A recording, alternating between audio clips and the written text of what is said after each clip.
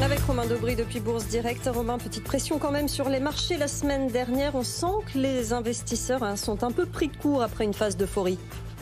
Bonjour, oui en effet, la lecture des minutes de la Fed mercredi dernier et le probable resserrement du calendrier de réduction du bilan de la Banque centrale américaine a marqué un coup d'arrêt dans la tendance haussière de court terme qui était active depuis mi-décembre et qui était pourtant en train de s'étoffer.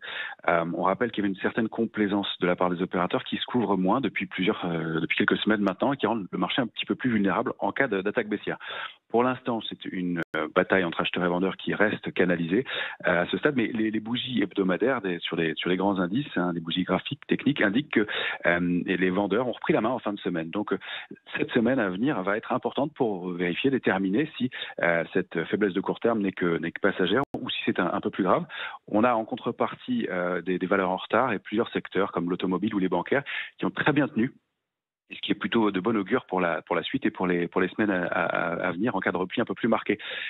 Du côté macroéconomique, cette semaine, on va se tourner beaucoup du côté des États-Unis pour vérifier la santé de l'économie et l'inflation notamment, avec des chiffres à partir de mercredi qui seront l'indice des prix à la consommation, jeudi l'indice des prix à la production et puis vendredi les ventes au détail. Et puis c'est surtout cette semaine et vendredi le début de la saison des résultats trimestriels des entreprises américaines, notamment avec le secteur bancaire qui va ouvrir le bal comme toujours, avec JP Morgan, Wells Fargo, Citi et puis du côté financier BlackRock, donc vendredi prochain.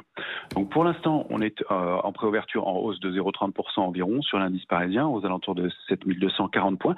On évolue à mon sens dans un grand trading range dont la zone basse est 7090, 7145, qui est vraiment le niveau à préserver cette semaine. La médiane, on est dessus pour l'instant, c'est aux alentours de 7240 points justement. Et puis la borne haute, c'est la zone 7357, 7405, au-delà de laquelle on pourrait réactiver la dynamique haussière. Il va falloir déjà préserver ces niveaux dans l'immédiat. Merci beaucoup Romain Dobry d'avoir été avec nous ce matin depuis Bourse.